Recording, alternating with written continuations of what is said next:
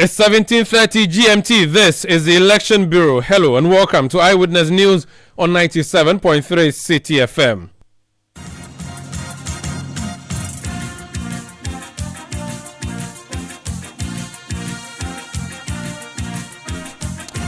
My name is Umaru Sanda Amadu, and tonight I'm here with Akosia Oche.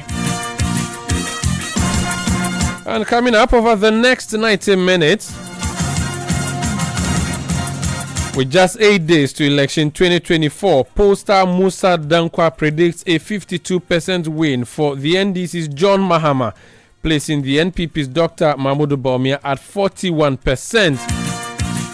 We'll be interrogating his polls here tonight on Eyewitness News.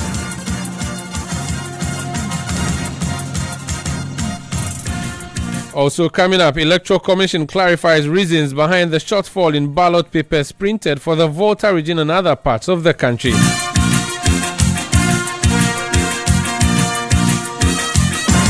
And later on Eyewitness News, death toll in Boko rises to 32 after 3 more people, including a schoolgirl, were killed there. Stay with 97.3 Citi FM for more on this and many other stories on Eyewitness News. And in business, elevated currency and inflationary pressures compel Bank of Ghana to maintain 27% policy rate ahead of elections. That's in 50 minutes from the Citi Business Desk. Eyewitness News is live across Ghana on a number of affiliate stations. In the Upper West region, we are on Tumpani Radio 88.5 in the speaker's hometown of Nadoli. We are also in Jirapa on 96.1 FM on Jirapa FM. In Upper East region, we are on Rikas 92.1 FM in Bongo Namo. In the Northern region, we are on North Star Radio 92.1 in Tamale. In the Northeast region, we are in the capital Nalerugu on Nobia 98.1 FM. In the Western region, we are on Beach 105.5 FM and Sky 93.5 FM, both of them in Takrady. In the Ashanti region, we are on Focus 94.3 in Kumasi on the campus of KNUST, and also in Kumasi on Orange 107.9 FM. In the Volta region, we are in Dabala on Sela Radio 97.1 FM. Aplau, we are on Holy 98.5 FM. In the Savannah region, we are on Kasha 99.5 FM in Dabongo. We're live on YouTube. We're live on the Citi Newsroom. That's our website. We are on Facebook. We are also on X, formerly known as Twitter. Join the conversation. Send your message. Use the hashtag Eyewitness News or GHVotes 2024. My handle is at Umaru Sanda. You can also send your message to @Citi973. On WhatsApp 0549 986 996 0549 986 996.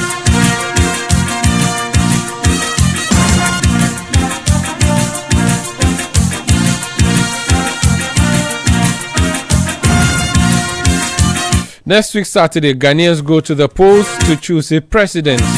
And members of parliament, 276 members of parliament, 1 president. There are 13 persons on the ballot, but technically there are just 12 because one of them passed. So you have a choice between 12 people to decide who should lead the country for the next 4 years, starting January 7, 2025. Ahead of that, a poll has been conducted by Global Info Analytics, and the prediction is a John Mahama victory there. Musa Dankwa is Executive Director of Global Info Analytics. He's joining me on the line. He's the author of this particular report. You're welcome to Eyewitness News, sir. Thank you very much, Umaru. I know that polls in the West are a common thing. We even have exit polls and all of that. But a poll just a week before the election, that must be a very daring one, considering how much you stuck your neck out. Tell us what you did. Umaru, thank you. Umaru. Umaru. No. Remember, we've been doing several polls over the last 6 weeks. And before that, several polls over the 6 weeks, which was telephone polls. We had been doing 90-day tracking polls for the past 2.5 years. And in the last 10 days or so, we focused on certain regions specifically to try to understand what is going on there.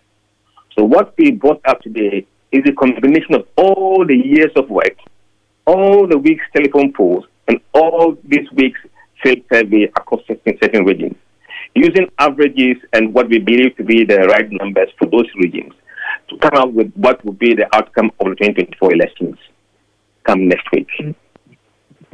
Are the people you use for this poll the same as those you've always been using in the past, or they are different? No, okay. When we do cross-sectional poll in the field, we don't use the same people, different people, but we have seen the same outcome. In the case of telephone polls, we have a pool of people, we have their numbers, and we call that pool all the time. So you will see that one to be more of what we call longitudinal poll. And that tells you if the numbers are shifting, because the same people are being called several times, and see whether the numbers are shifting. The essence of the longitudinal poll is to see movement in the numbers as a result of the campaign hit up. Now, these people that you interview, sometimes when you do your poll, you disclose to us what party leanings they are and all of that. Tell us about this particular sampling method. No, over the years, we've noticed that people who openly say they are MPP, they are about 35% of all respondents we encounter. And those who say they are NDC, averagely 33%. But 20% say they are floating voters. And 3% belong to smaller parties. But nearly 10% will not disclose to you which party they belong to. So this is the breakdown of the numbers we have. And it's the same proportion we use when we are doing telephone polls. Musa, let's talk about the credibility of the pollster himself, you. How credible are you and how credible is your institution? For me, it is a hobby I'm pursuing, not something I do full-time job. I'm a consultant for government and private sector, and that's where I earn my living. This one, I'm just trying to fill a void that we have seen since independence. So Global Info Analytics is a private company that does research. And if you look at our records, our clientele are mostly international companies. You want to mention some of your clientele who are international? Oh, if you go to our website, you can see Johnson & Johnson. You can see Diageo and Guinness Ghana. And you can see many others, including Deloitte South Africa and Deloitte Ghana. How long ago since you started doing polling in terms of our election in this republic? Since 2019, Moro. We were set up in March 2019, and we're doing polls since then. We've done polls for the December elections, and we have continued to do so till now. Because your polls are predicting a loss for the MPP and a win for the NDC, it's easy for you to be accused of being in bed with the NDC or doing the bidding of the NDC or even collecting money from the NDC to do this for them. What are your allegiances politically? Did you have some in the past? Do you have one currently? How independent and neutral are you? I have never belonged to any political party. Umaru, I spent my time in Denmark, UK, and then I came back to Ghana in 2010. I have never belonged to any political party in my life. I don't hold any party affiliation. And I have been working professionally for both MPP and NDC government, to be honest with you. I was consultant during the MPP NDC government, and I am continuing to be a consultant for this MPP government as we speak to you right now. Do you want to share what kind of consultancy services you've been running? And forgive me for asking these rather intrusive and personal questions. It's good you ask, but they are to help clear your image. It is very fair, Moro. Umaru. Okay. If you ask people who work on the Ghana card, including the vice president, I was the financial consultant for the Ghana card project. I wrote the feasibility studies of the Ghana card project. I did the financial modeling of the Ghana card project. Indeed, I sat in parliament with Ken Atifa to answer parliamentary queries before the project was approved in parliament. I was on the floor of parliament. Okay. Now, let's talk about the polls finally. Is this like the final poll you are releasing, or there's still some to be done before the election? This is it. This is the predictions based on the polls we've done in the last few days. So we're not going to come up with anything any longer until elections are over. Now tell us about the details of what you... So did you poll for all 12 candidates or just some of them? And what was the result? I want to hear from the horse's own mouth. Look, let's make this clear. This is not opinion poll. All the polls were ended yesterday. And there were several polls we conducted. So we aggregated, analyzed, and modeled all the polls we have to give us the predictions. The predictions are entirely based on actual polls of people we've spoken to, involving all the presidential candidates by name. And the outcome, the results? The result is that John Mahama is predicted to obtain 52.2% as a base case model. That's what we expect. 41.4% for Dr. Mahmoud Bawumia, 2.5% for Alan Chemating, 3.0% for Nana Kwame-Bediako, or 3% for Nana Kwame-Bediako, and 0.9% for the other candidates that we have in the race. Now, as if people will not be surprised enough about what you're giving to the NPP candidate, the percentage you've given to Nana Bediako above Alan Chemating may also raise eyebrows. How do you defend that?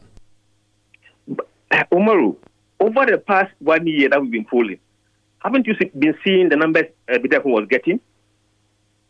He has always done better than Alan in the polls. All the polls we have done when he declared to stand. So I don't think it should be surprising, because in the polls, he has been the second or third person in the race. And still third person in the race. So I don't see why this should be a surprise. People probably expect that Alan and his stature must have more vote. But if you look at our current demography of voters, we have younger voters. There are more younger voters than older voters. And Bediako is young. And his coalition of voters are young. The question is, can he get them out to vote on election day? Because expressing wishes to vote for you doesn't amount to voting. So it is for him to get his numbers to the polling station to vote. But so far, the youth are saying to us that they will vote for him, 3%. There are many people who have been talking about a possible runoff in this general election. From what you are publishing, there may be no runoff. We have stretched this model to the extent that we don't think there will be a runoff. Indeed, let me just give you a hint of what we've done. In one of the scenarios, we increase the turnout in Ashanti region above everybody else significantly, and increase what Bawumia will get above everybody else in the baseline model. And still, Mahama was winning one touch. So we are very confident of what we have done. What's the margin of error? 1.8 or 1.86 thereabout, yes. Which means that it may reduce Mahama to 51. Yes, if you look at what we call the worst case scenario for John Mahama, he's on 50.4% worst case, and Bawumia 43%, Alan 2.6, 3.1 for Bediako, and 0.9 for others. So in the worst case scenario, we have Mahama on 50.4. And if you even stretch the model to improve Bawumia's numbers in Ashanti region, Mahama still performs about 50%. Finally, sample size has been one subject you have been debating and fighting on social media. How many people did you use for this poll, and what's the consequence of the number of people you used for a poll of 18 million people who are voting? Umaru, in fact, let me tell you, last week, in every 90 days, we were interviewing about 6,000, 7,000 people, every 90 days, frequently. And the results of that sample was consistent. When we're doing the telephone polls, we're interviewing about 2,500 or 1,000 every week.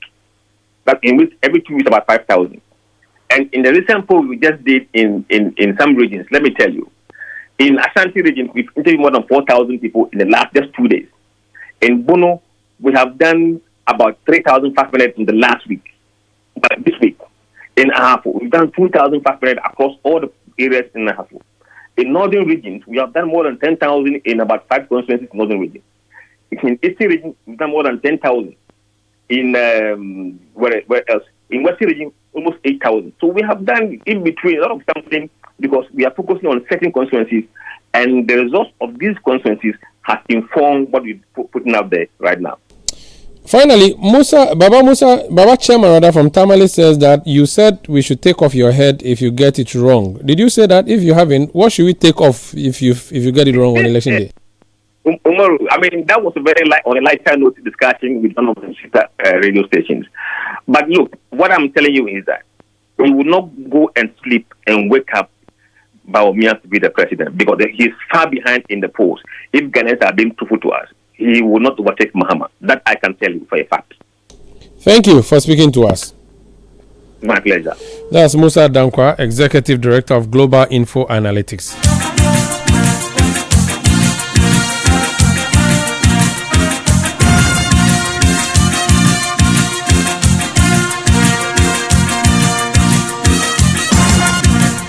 Lots of your reactions coming through. Zilis Dwayne sends a message from London and he says John Dramani Mahama will win the December election and nothing can change that. Alex Kofi Yareni Nadenta Commando says nothing can change what God has settled on, that JM is the next president of Ghana. Al Hassan Hamdan from Nyoini South in Tamale says this election is very crucial and that the NDC must keep an eagle eye on EC and monitor them as well. In view of this, any agenda to manipulate, rig the elections will surely and be fiercely resisted.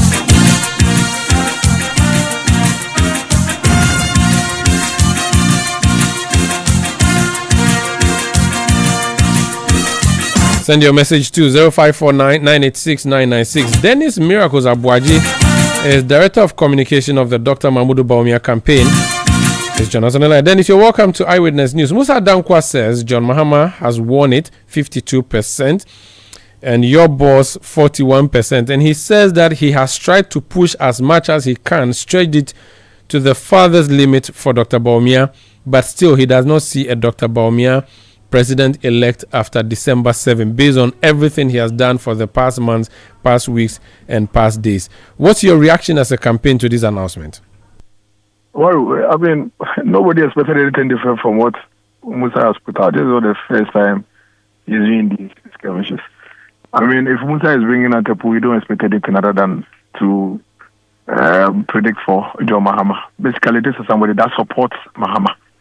This is somebody whose views and opinions publicly supports Mahama. And so if you ask Miracles to go and conduct a poll on these elections, surely I'm a biased person and I'll skew it towards Bawumia. And that's exactly what Musa Dankwa's polling is all about. I mean, is it not strange that of all the polls we have had for this 2024 elections, it is only Musa Dankwa's poll that predicts for former President Mahama, and ridiculously so give some outrageous percentages to the former president. It's only Musa Dankwa. If I look at the figures Musa Dankwa has put out, then basically what Musa is saying is that a former president is winning this elections by about 2 million votes. It doesn't make sense. Where is he going to get those 2 million votes from? Where is he going to get those 2 million votes from? It doesn't make sense. But we are not surprised. This is somebody who brought a poll and said that the NDC is winning, or John Mahama is winning Ofuruku by 99%. He did it. He said it. It's still out there publicly that John Mahama is winning by 99%. The man has no credibility. His polls are biased. They are skewed. I keep saying that he's simply the closest description is a lotto doctor, a lotto forecaster, and that is what it is. You can't take that away from him anyway, because it is within his rights to also do what he has to do to support a candidate that he's so much passionate about. Then it's interesting that you attack the credibility of the pollster, and I deliberately asked him the question about his credibility. He said he has no support for either parties. He has consulted for the NDC and consulting currently for your government, where he was involved in the Ghana card production. So he says his credibility is very intact. Now, you have also said he's the only one predicting for John Mahama, but we have seen Fitch, we have seen EIU, all of them predicting for Mahama. How then do you question the credibility of this gentleman by saying he supports John Mahama? Do you have any evidence to show his support for Mahama? Let me do that second. Let me take your final bit first. First of all, Fitch and EIU hasn't done any such thing. They only referenced Global Info Analytics report. Let's put that on record. Fitch has not conducted any poll in these elections. Fitch simply referenced Global Info Analytics polls. That's what they did. So it's the same thing. I'm looking at the story we published on November 17. Yes. Go and read again. It does not mention that they are. I'll send the report to you. It does. Go and read the Fitch report. It does. The Fitch report referenced Musa Dankwa survey. Fitch has not conducted any polls on this 2024 election. That is fact. So we'll go and check it again. Let's now move to Musa Dankwa. How about EIU? Same. Go and read it. Same. Go and check. Okay, so you are saying that the base of their data is from Global Info Analytics and not independent data. Musa, you know me. Umaru, you know me. I don't just make things up. I'm telling you for a fact. It's in the report. I have the copy of the report. I can answer to you. But let's move on. Now, okay. Musa Dankwa's credibility is important. I mean, every poster, your credibility is about 90% of the reports you are putting out. Because if you are biased, like I am, towards Dr. Mahmoud Bawumia, and I publish a post tomorrow, I mean, which sensible person will take my poll? Because clearly I'm going to put out a poll that is skewed towards Dr. Mahmoud Bawumia, and that's exactly what Musa Dankwa has done. Musa Dankwa has provided no consultancy to the MPP. He should never say that. He said he did the Ghana card with Professor Tefa. He was in Parliament with Professor Tefa to Ghana card. Do you know Yaira Koku of the NDC? Yes. Yaira Koku actually was working at the National Identification Authority as a key IT person when it comes to Ghana card and National Identification Authority. So Yaira Koku can bring out a poll, and then his defense for being independent is that Yaira Koku was working at the National Identification Authority when we came to office. When we came to office, go and check. Yaira Koku is in pictures taking the Professor Tefa and officials of government around National Identification Authority. Yaira Koku can publish a post tomorrow, and his defense is that he's independent simply because he worked at the National Education Authority. Meetings. He himself has not denied it. He has admitted that indeed there were occasions that he was in NDC strategy meetings. He has admitted to that. Where did he make this admission? Oh, he said it publicly. In fact, I've even been on big issue with him on Citi TV where he's tried to explain how he found himself in that meeting. He's done it. He's explained it. So, I mean, there's no running away from it. In any case, it is not a big deal if you decide to do a hatchet job for your political party. But think about it. Let's be a bit realistic and give some respect to the sensibilities and the intelligence of the Ghanaian people. I do know that exactly what Musa is failing to do. I do know that the BNI, they've changed the name now. I don't remember the new name, but NIB, they do organize polls for the government. A lot of them don't come out in the public. Sometimes they bring it out in the public.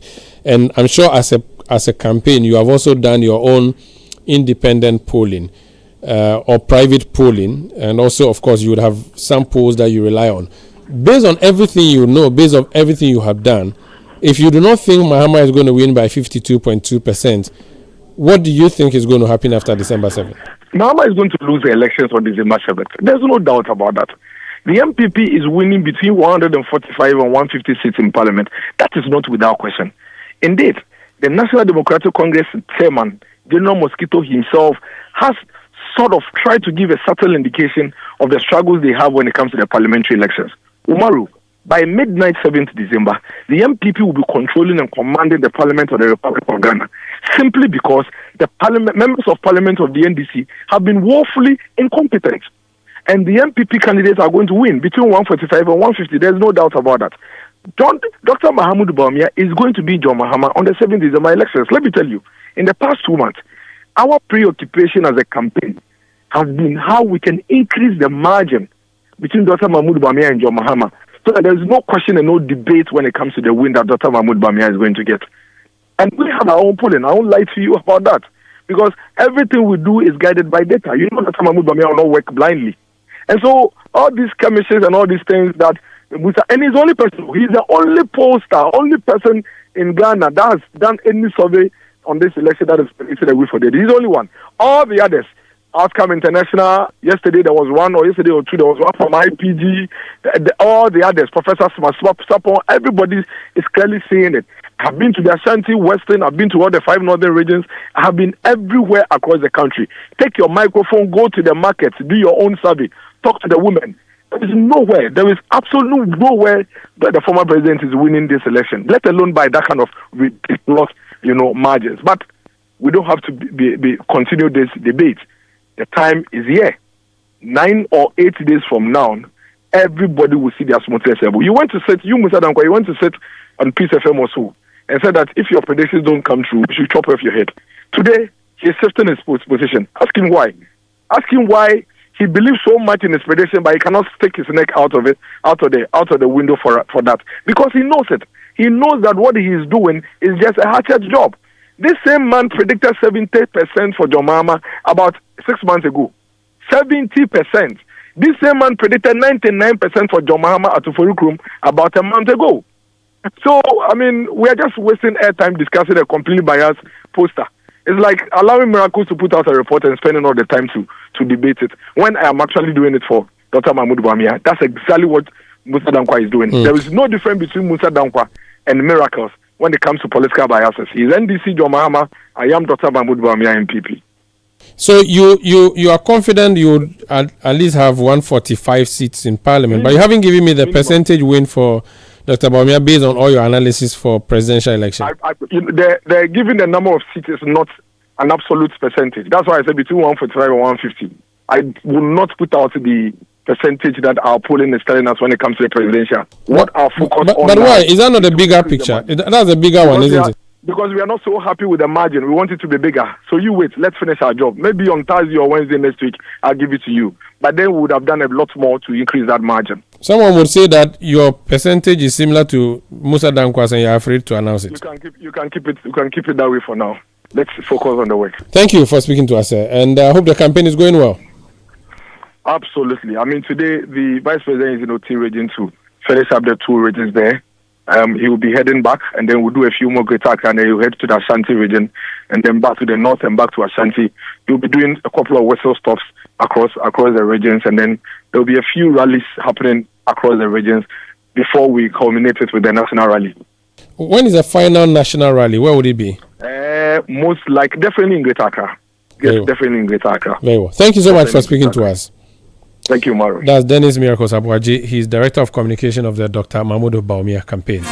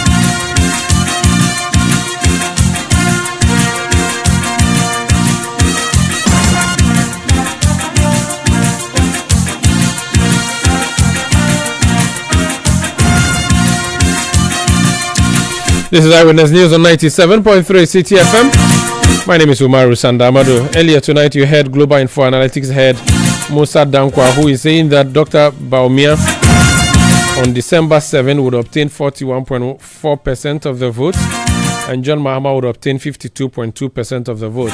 Dennis Miracles Abuaje has dismissed the polls as being pro-NDC polls. He says Musa's credibility is as good as Johnson Asedu Nketiah's neutrality. He didn't put it in so many words. Emphasis mine. Let me speak to Beatrice Annan, who is deputy spokesperson of the John Mahama campaign. Beatrice, you're welcome to Eyewitness News. Musa has given you something to smile over, but your opponent, Dennis, says no, Musa Dankwa has no credibility whatsoever. The fact that he said Mahama will win Oforikrom by 99% makes him a witness that should not be trusted, and that they are going to win parliament over 145 seats. He will not say to me by what percentage they win presidential, but they are bound to win that as well. What's your reaction to this? Good evening to you, Umaru, and good evening to our cherished listeners. Unfortunately, I couldn't listen in to what Dennis said because he could not get to me on time. But let me make the point that the most reality or the most real poll you can ever have is the living condition of the people. I am very certain that if I were to listen into what Miracle was saying, it would be half gaslighting.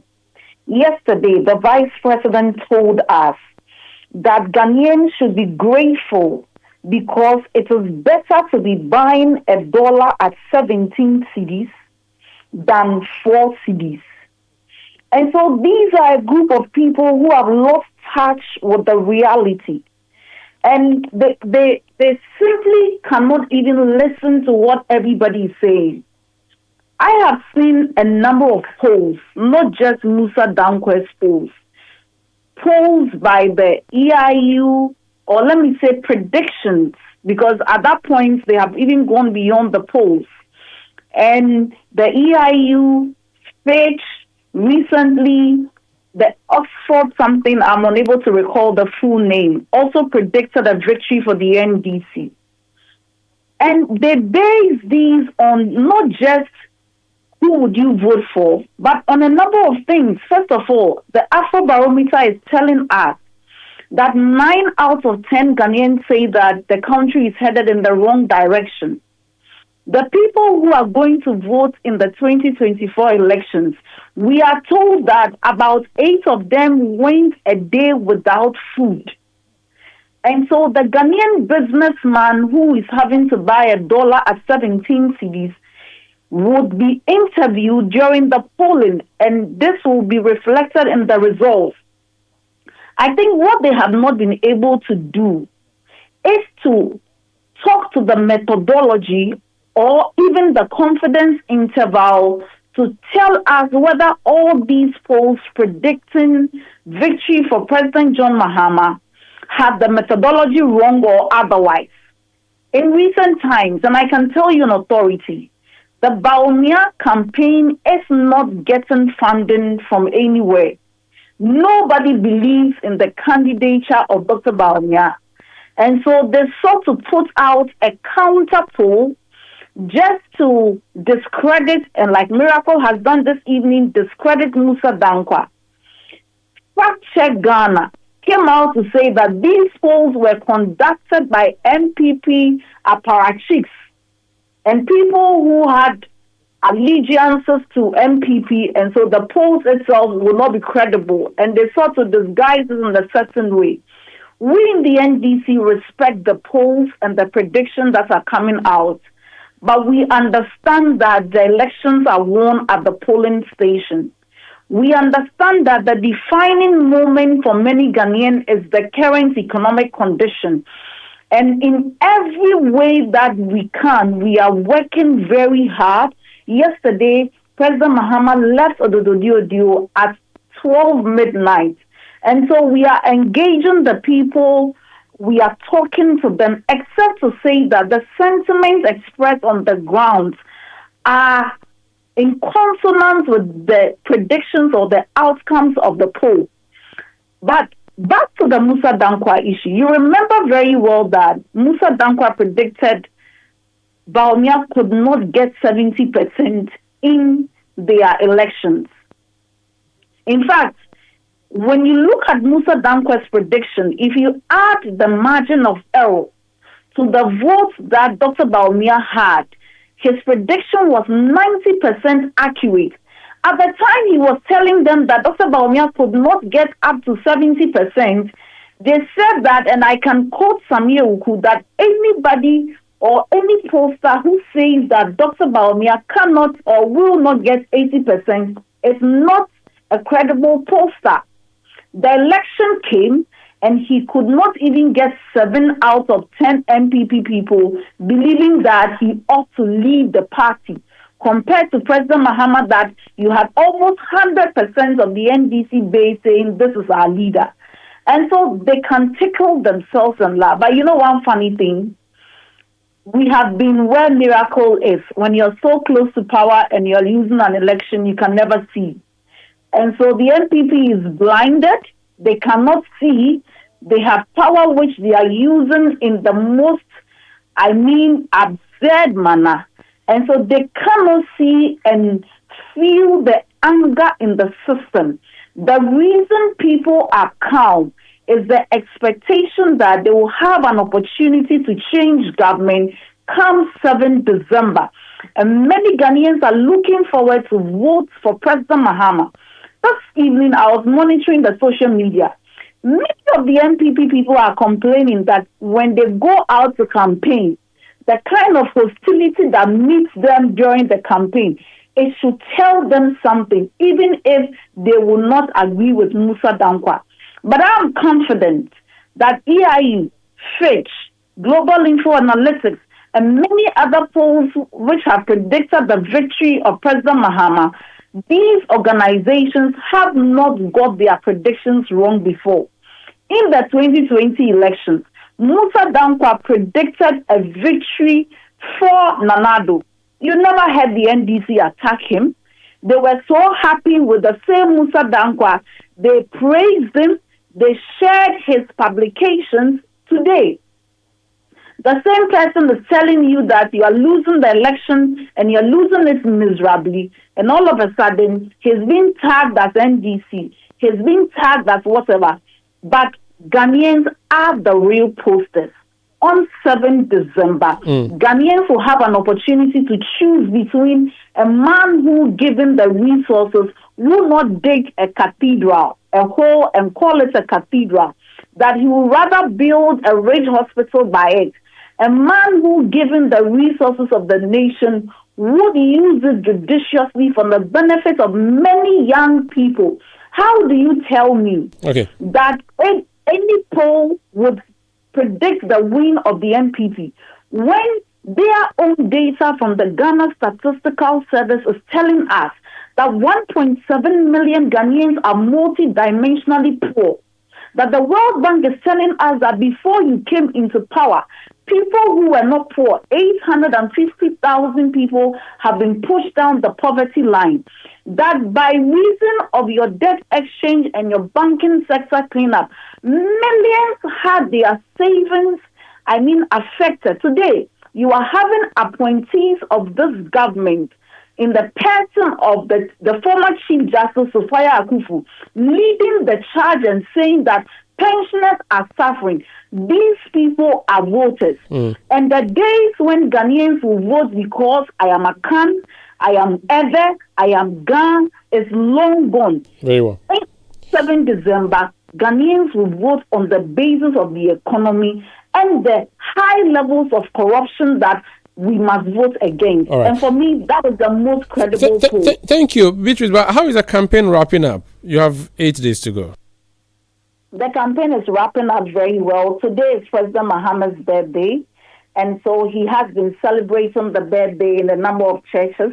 He went to the Second Chance Church earlier. He went to 4 different orphanages to do donation. And this evening, he's headed to the Action Chapel to climax the birthday. And then tomorrow, we are in the Ashanti region till the 5th of December. And do you have a big rally happening at the end of the campaign? Where would that be if Yes, they win? we have a regional rally happening in Greater Accra. Have you decided on the venue and date yet? We haven't decided on the venue, but at the right time. For now, we are taking it one at a time. Ashanti region from Saturday to the 5th of December. But before that, we will certainly invite you and make you know that this is the final rally for the call for the real change for the people of Ghana. You're going to spend 5 last days in Ashanti region. We're spending 6 days in Ashanti region. The last 6 days? Earlier. Yeah, the last 6 days. Very well. Wish you all the best and thank you for speaking to us. Thank you, Umaru Sanda. That's Beatrice Annan. She is a deputy spokesperson of the John Mahama campaign. Earlier you heard Dennis Miracles Abuaji, Director of Communication, Baumia campaign. Before then, you heard Musa Dankwa, Head of Global Info Analytics. Eyewitness News. Be there as it happens.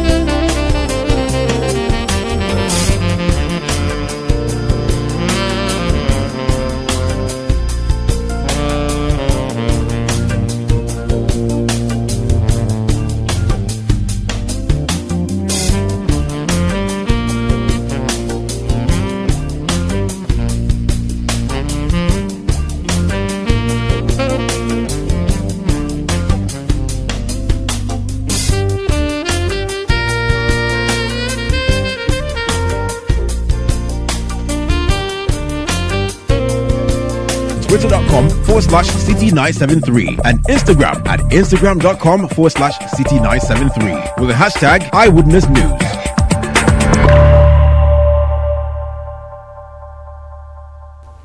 You're welcome back. Now, the Electoral Commission has clarified that the shortages of ballot papers for the 2024 general elections are not limited to the Volta and Bono regions. This clarification follows reports indicating that only these two regions were experiencing these shortfalls. During an emergency meeting of the Inter-Party Advisory Committee, IPAC Deputy Commissioner Dr. Bosman Asari noted that other regions are also facing similar issues.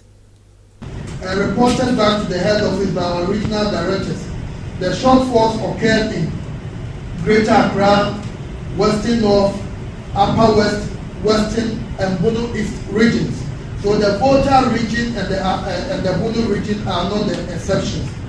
The political parties were also informed in writing and the reprinting was done. While the noise about the shortfall for only the Volta region, if the Commission have anything to hide, it will not transparently call for a reprint of ballots to make up for the shortfall. The Commission urges the general public and especially our political parties to disregard acts of mischief by persons whose only objective is to malign the Commission and sow seeds of mistrust and doubt. The memo in circulation demonstrates the Commission's resolve to operate above board and in a transparent and accountable manner. We entreat our political parties and the general public to carefully read the memos from the Commission, which may find their way onto social media, so that they are not swayed by persons whose sole agenda is to cause fear and panic and tarnish the image of the Commission ahead of the 2024 presidential and parliamentary elections. For the information of our political parties and the general public, we sent earlier letters indicating the shortfalls in some of the ballots for some of the regions. And I have a letter here showing 22nd November, 40 and shortfall of ballot papers which were sent to the political parties and printing houses. And the latest one occurred on November 28th. So this is a clear indication that the Volta and the Bono regions were not the only exceptions. It's a standard practice we have adopted as an institution that anytime the ballots are sent to the regions, we do another check. And if the checks reveal that there are any shortfalls, automatically we get into action and we print them to make up for the shortfalls. And we think that this is a quality practice which must continue. That was voice of Dr. Bosman Asari, Deputy Commissioner of the Electoral Commission of Ghana. Let's hear from Dr. Rashid Tanko Computer. He's Deputy Director of IT and Elections for the NDC. Doc, you're welcome to Eyewitness News. The EC says what has happened is not a new thing, is normal. And for what it's worth, they are the ones who actually made this discovery and they are rectifying it. It shouldn't be a problem. My brother Sanda, let me say good evening to you and your cherished listeners. This country, we shouldn't be celebrating and glorifying mediocrity because that's what he's talking about. You remember when we demanded the summaries of the register, they were dragging their feet on it because we knew this would come to pass. Because this electoral commission, they are bereft, they are highly incompetent in terms of handling figures and numbers. That's their problem. That is the challenge they have. So when we're demanding the summaries, we wanted to compare those ones with the statistics they gave to the printing houses. Because you remember I told you that I don't trust their figures. And clearly, it has come to pass. Look, the statistics they generated and sent to the printing houses were not... Hello? Because hello? Can Yeah, you hear me? I lost you briefly, yes, but continue. I'm saying that the statistics they generated and sent to the printing houses were not correct statistics. They were wrong statistics. That is why they had these shortages. If a constituency, you knew very well that constituency, the total number of registered voters was this figure, and you had to print 100 ballot, the 100 leaflet booklets, 642 of such. Then you generate a statistics of 640 and send to the printing house. What do you expect? The printing house will print 640 of that. When it gets to the constituency, they will realize that it will be short of 2 because the real statistics should be 642. So the problem lies squarely on the head of the Electoral Commission. That's why I said I don't know who is generating numbers over there. Arithmetic is a problem over there. Let me just out of curiosity ask, you had your agents at all the printing companies when they were doing the printings, and the reason for having agents there was to cross-check and make sure that enough ballots were printed for all the constituencies and the regions. How come none of your agents spotted this shortfall until the EC communicated the shortfall? They didn't communicate. Let me tell you. Our agents were looking at the statistics given to the printing house. And you are an agent. The EC has brought a statistic saying that print 640 ballot booklets. You are the agent. Your duty is to make sure that the 640 are properly printed. The printing house is supposed to print 640. They have done their part. The bargain has been done. But we have looked at the statistics because we are following them on the summary. As soon as we got the statistics, don't forget, they gave us national summaries. They didn't give us regional summaries. They also didn't give us constituency summaries. So we have now to go down and tease out all the summaries of the constituencies to look at and compare that one with the statistics they had given for the printing. That's a tall order. Finally, we realized that no, these statistics these guys have given, there are problems in it. So we are not surprised. Last minute, when they took the Volta Region 1, then this thing cropped up. Because we had also done our work. So actually, our agents, they have done their work. Fantastic job. The agents have done their work. The printing house, no problem. They have done their part. The problem is the Electoral Commission. The EC said to us that it had invited you to bring agents so that the printing for the surplus will be done today, or the extra ballots will be done today. Has that printing happened? Have all the shortfalls been accounted for? Well, our agents are there. We've deployed our agents back to the place to make sure that these shortfalls are covered, and then they will deliver same to the regions. Our agents are there. As we speak now, the agents are there. They are pushed and they are monitoring closely the shortfall. Now we've gotten this. We've gotten all the summaries for constituencies, comparing it one by one to, because this is their case. I don't trust them. If somebody has to help them with arithmetic, they are bereft in terms of handling figures. We've also seen a video around about a bag containing electoral material in Nkoko that has been damaged. We've also seen other statements following that. What does your party know about the Nkoko incident? Well, we have asked our regional executive to give us a comprehensive report on it. Actually, the ballots were sent, the bags were sent, delivered, all the seals were intact and all that, no problem, no issues.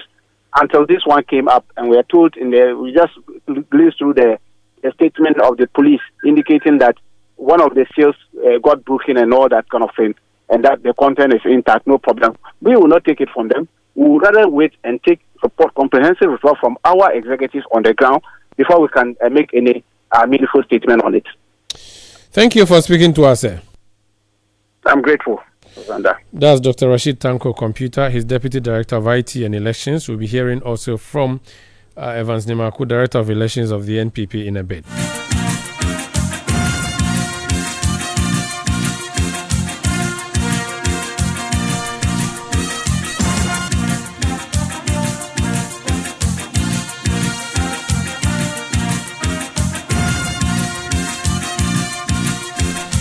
This is Eyewitness News on 97.3 Citi FM. My name is Umaru Sanda Amadu, here with Akosia Ochre, who's bringing us business news up next. Eyewitness News. Be there as it happens. Ago Omambapa. The time to exercise your civic duty is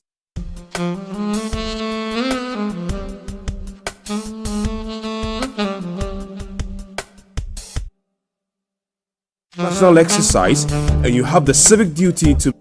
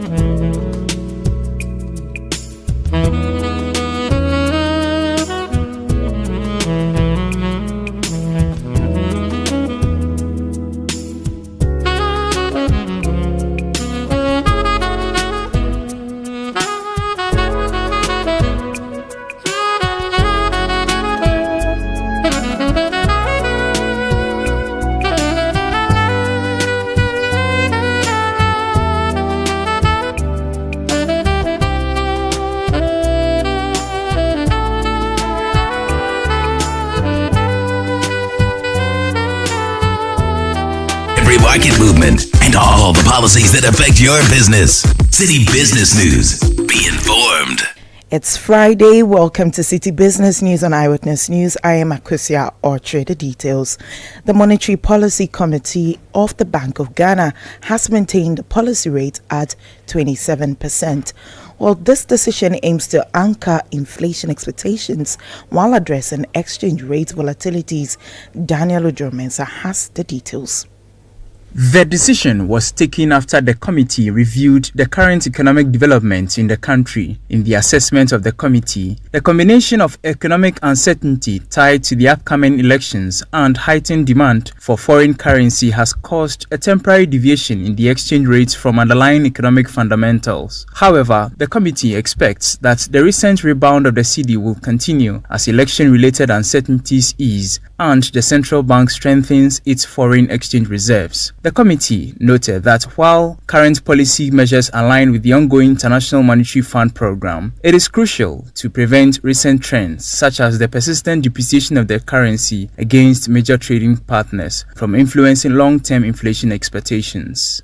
You had a business desk report by my colleague Daniel Ojomensa. Now, production from Ghana's Jubilee oil field dipped to 89,000 barrels per day in October 2024, slightly down from 90,000 barrels per day in July, and this is according to Tullow Oil's latest trading update.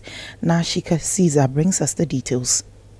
The decline is attributed to operational setbacks, including issues with the J69P well and planned downtime at the Ghana Gas Company's onshore plant and power outages affecting water injection. Tullow has outlined corrective measures to stabilize output in the coming months. Additionally, a 4D seismic program set for January 2025 aims to enhance data quality and optimize drilling locations, boosting medium-term production. The report also revealed $40 million in overdue gas payments from the government of Ghana, which Tullow says is critical for strengthening its liquidity amid operational pressures. Despite these challenges, the company remains optimistic about achieving a stronger year-end performance as it implements improved strategies and production optimization. That was Nashika Caesar bringing us that report. Now, Ghana's public debt has fallen to 761 billion cedis as of October 2024. Well, this is a 46.8 billion cedis decrease compared to the 807.8 billion cedis recorded in September 2024. According to latest data from the Bank of Ghana, the new public debt figure represents a 74.6% of gross domestic product GDP. In dollar terms, the total debt stock stood at $46.8 billion during the period under review, declining from the $51 billion the previous month. However, on a year-on-year basis, the report indicates a 175 billion cedis rise in public debt. Meanwhile, Ghana's economy was valued at 1.020 trillion cedis as of October 2024, according to the data set. Now, human resource practitioners have been encouraged to adopt data-driven decision-making to enhance workplace efficiency and also empower employees in today's rapidly evolving business landscape. Delivering his keynote address as the guest of honor during the HR Professional Summit and Awards, Dean of the School of Graduate Studies at UPSA, Professor Samuel Entry, emphasized the importance of these strategies. I'll give you some few things to think about, as this shift requires a multifaceted approach. Think about data-driven decision-making. It is not all about this is how we used to do it. Let your data speak to you. All these plenty performance appraisals you worry us with, what do you do with it? Every day we feel we write, You don't do anything about it. Go and do something about it. So let data drive your decisions. Empower the employees. There are too many employees that are not empowered. What they knew 20 years ago is the same things they're doing. And no improvement. And HR director, you are always on us that change must come. How will it come? Let the data speak to you and look at individuals, department levels. How can we improve? That was Professor Samuel, Dean of the School of Graduate Studies at the University of Professional Studies, Accra, UPSA. Now, government has rolled out a new digital economy policy initiative aimed at accelerating the country's transition into a digitally driven economy, promoting businesses and creating new job opportunities. The policy has key focus areas, including digital economy policy, which serves as a significant component of the fourth industrial revolution. Here's the Minister of Communications and Digitalization, Ursula Ekuffo. This digital economy policy and strategy is our roadmap to positioning Ghana as a leader in Africa's digital future. We will be the digital hub for the continent. We require the collective effort from us all, government, private sector, academia, development partners, and civil society to make this vision a reality. Together we can build a digital economy that benefits every Ghanaian and secures a prosperous future for our country. It holds the key to providing sustainable, well-paying jobs for our young people. So I'm glad the NPP in its 2024 manifesto has indicated that they're going to provide 1 million young people with the digital skills that will enable them to take advantage of the opportunities that implementation of this policy will unlock. Minister of Communications and Digitalization, Ursula Ekuffo. Now, despite an announcement by the Ghana Airports Company Limited that customers can now enjoy direct flights from Kumasi to the United Kingdom, checks by Citi News have revealed that customers are currently unable to book these flights. Earlier reports indicated that starting December 3, air travelers would have access to flights going between London and Kumasi's Prempeh I International Airport. This development follows a partnership between the Ghana Airports Company Limited and Ethiopian Airlines aimed at enhancing travel options and providing greater convenience for passengers. Citi Business News has been reliably informed that the inability to book these flights stems from the fact that they are special chartered flights which will only be available between December 3 and December 15. Well, according to sources, the purpose of these scheduled flights is to test the Kumasi Airport and its facilities in preparation for future international airports. Now, the Food and Beverages Association of Ghana has called on policymakers to cap interest rates on loans to the manufacturing sector at 2.5%. FABAG says this is essential to stimulate growth and ensure sustainability in the industry. The association believes such a cap would offer much-needed relief to businesses grappling with rising operational costs. Samuel Atuagwe is General Secretary of FABAG. The best that we can do, businesses don't need more than 2.5% interest to grow. So if they are taking financial facility from any bank, government should come in to ensure that they don't go beyond some of them giving 7% and all that. It's business. But then for this business to survive, we have to look at how or what percentages they are taking in terms of the loans that they get, and then the stability of the city, which is very, very important, because if we don't do that, any money that you take, at the end of the day, you will not be able to do it, because the very moment you access the money, the interest start growing, then the interest also, the exchange rate start also leading you into a different area where the loan will become unserviceable. So that is what I'm saying, 2.5% at this time is what would be the best for businesses to grow. General Secretary of the Food and Beverages Association of Ghana, Samuel Atuagwe.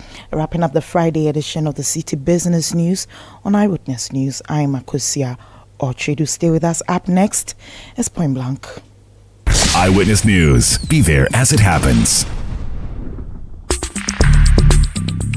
Let your voice be heard on Eyewitness News on Facebook at facebook.com/Citi97.3, Twitter at twitter.com/Citi973, and Instagram at instagram.com/Citi973 with the hashtag Eyewitness News. Solution for the future.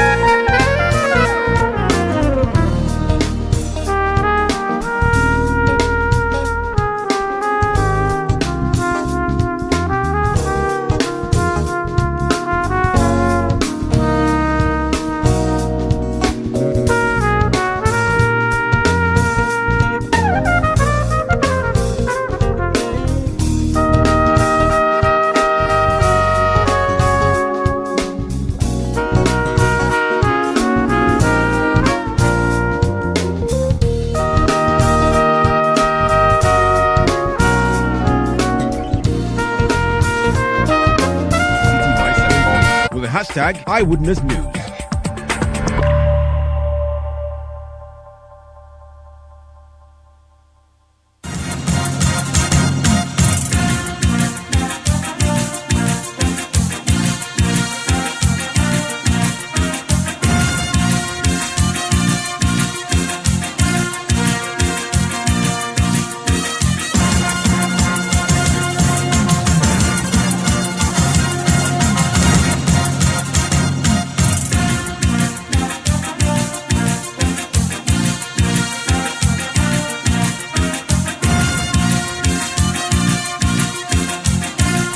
Reported back to the head office by our regional director, the shortfalls occurred in Greater Accra, Western North, Upper West, Western, and Bono East regions. So the Volta region and the Bono region are not the exceptions. The political parties were also informed in writing, and the reprinting was done. While the noise about the shortfalls for only the Volta region, if the commission has anything to hide, it will not transparently call for a reprint of ballots to make up for the shortfall. The commission urges the general public, and especially our political parties, to disregard acts of mischief by persons whose only objective is to malign the commission and sow seeds of mistrust and doubt. The memo in circulation demonstrates the commission's resolve to operate above board and in a transparent and accountable manner. We entreat our political parties and the general public to carefully read the memos from the commission, which may find their way onto social media, so that they are not swayed by persons whose sole agenda is to cause fear and panic and tarnish the image of the commission ahead of the 2024 presidential and parliamentary elections. For the information of our political parties and the general public, we sent earlier letters indicating the shortfalls in some of the ballots for some of the regions. And I have a letter here showing 22nd November, 40 and shortfall of ballot papers which were sent to the political parties and printing houses. And the latest one occurred on November 28th. So this is a clear indication that the Volta and the Bono regions were not the only exceptions. It's a standard practice we have adopted as an institution that anytime the ballots are sent to the regions, we do another check. That's Dr. Eric Bosman Asari. He's the Deputy Chairperson of the Electoral Commission. So on Point Blank tonight, we're interrogating further the shortfall of ballot papers. We heard from Dr. Computer of the NDC before we went for business news. Let me speak to Evans Nimaku. He's Director of Elections of the New Patriotic Party. Evans, you're welcome to Eyewitness News. The EC says this is a normal thing, even happens in advanced countries. But the fact that we are seeing a reportage of shortfall of ballots, especially in the stronghold of the opposition, just 8 days to election raises eyebrows, even though it is something that has been dictated by the EC, don't you think? Thank you very much for having me, and good evening to your listeners. I'll start by saying whose eyebrow is being raised. My brother, if you followed the election processes, you won't take it as an event, but you monitor the change and appreciate it better. At the commencement of this whole exercise, the EC gave to political parties ballot statistics. We are aware that we have 18,747,159 voters on the electoral roll.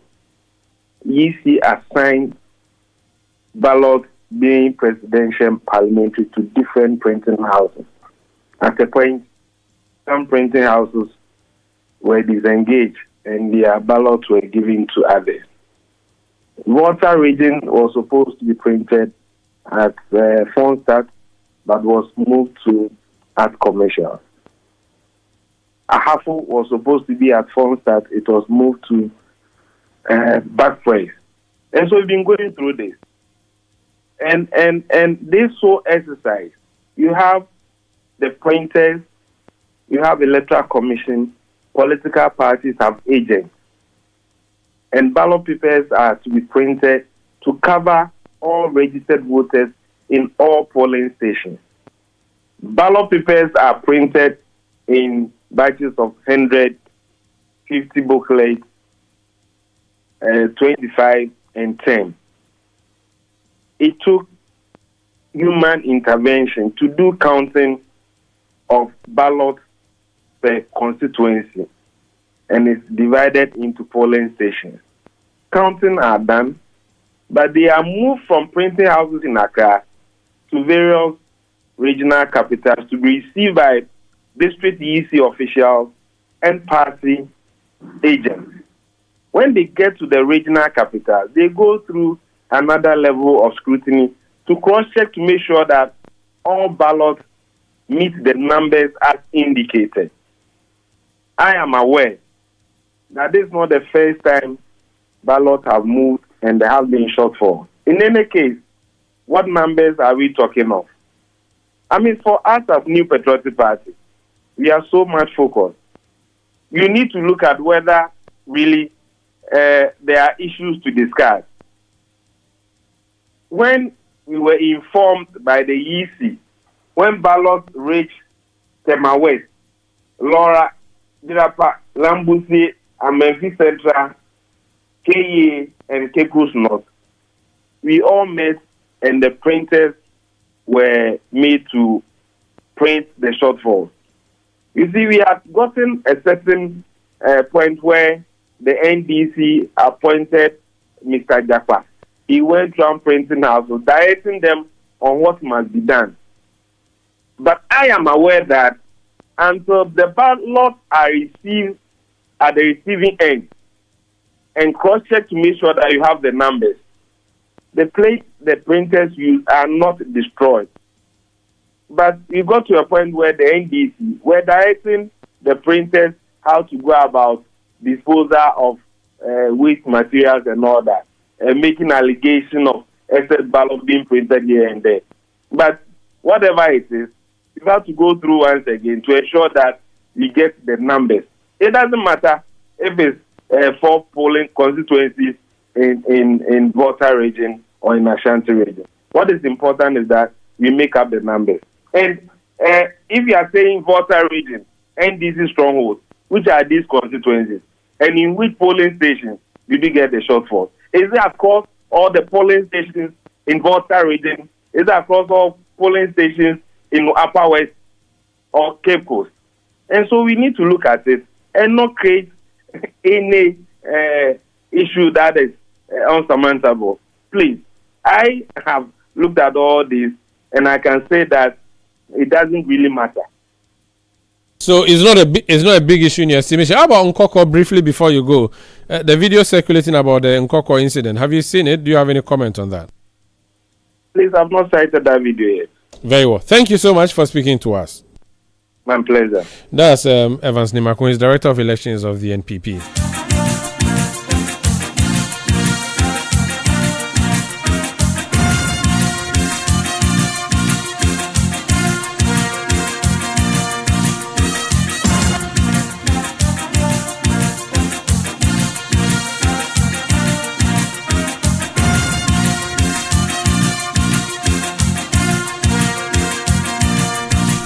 Before we go, some disturbing story coming from the Upper East region. 3 people, including a schoolgirl, has reportedly been killed in Boku following a gun exchange in the area on Friday. This brings the death toll to 32 after one other person was killed 2 days ago. The shootings intensified around the Yingandi Zongo area, where some houses were also reportedly touched by fire. The latest shootings started around 12 a.m. on Friday and lasted through to 1 p.m. Many other people have also sustained various degrees of gunshot wounds. Shootings routinely occur in the area at curfew hours since the re-emergence of the conflict in late October 2024. Well, that would be it for Eyewitness News tonight. My name is Umaru Sanda Amadu. I did this with Akosia Oche. Production by Kobina Wilson, Beverly London, and Sami Wiafi. Technical support from Daniel Squashi. New media support from Emmanuel Owusu and his team. Eyewitness News returns on Monday at 17:30 GMT. But if you want more news and current affairs, at 8 p.m. on Channel 1 Television, the CNR will bring you all the day's bulletin in one package. And also tomorrow at 9 a.m., Salom Kojo Adon will be bringing you the big issue on Citi FM and Channel 1 Television. My name is Umaru Sanda Amadu. It's been great coming your way throughout the week. I'm leaving you now in the hands of the competent sports team in the globe. Ben Nketia is the head of sports here at Citi FM and Channel 1 TV. He's in studio smiling. What's happening? Are you looking at some good news for your club? What's happening? Oh, I mean, there's good news all the time. There's good vibes around me all the time. Even though the national team is trying to tank our feelings as a people. Trying to tank or they have tanked? Oh no, me, I refuse to join that bandwagon. I mean, I've seen what they are. So you don't want to. You know when you see like something hurtling down a hill, so you can just step aside and let it. That's how I feel. I mean, just say mine. No, I mean, I think we've done our bit as journalists. We keep doing our bits. We will keep doing our bits, but. As long as the people who are in charge remain headstrong and refuse to take decisions that will help us, as for us, we will do our job. You know, it's painful and it can get almost disheartening when you're like almost like sounding like a broken record. But we'll do our job. So, maybe we should just go on a football sabbatical. Let's just. Oh, that's what I'm saying. See, there are other things. So you like this, you have Man United to look forward to. You have a new coach. Oh, you have a new coach. Why are you doing this? I don't want to have hope. No, don't. I don't want to have hope yet. Relax. You see, don't do that. Charlie, if you can't have hope when there's a new beginning, where will you have hope? I had hope in David Moyes. Then the hope shattered. Then you had Louis van Gaal. Then I had hope. Then the thing Mourinho. I even had the lucky one. Oh, Charlie. My hope went up. Then do you notice that they were blue? No, see, Amorim is here to stay. They say he says all the right things, and so be saying. They say he could have been a soap opera star. So Charlie, all kinds of things. Can you imagine? Can you imagine? Oh, it's a good time. It's a good time, and the better part is that the blue side of Manchester is also not doing well. So good times. What's up on Panorama tonight? We'll talk about Toado. The GFA held a marathon meeting on his future and came up with nothing. But the GFA didn't hold a marathon meeting on themselves. Oh no! You see, when the problem decides to hold meetings about the problem, that's how things go, and that's how things happen. So we'll be dissecting the issues on the show today. We'll talk about Liverpool Man City because it's a big game this weekend. There's a lot on that as well. So you guys who are heading home, you guys who are still in the office, tune in, get on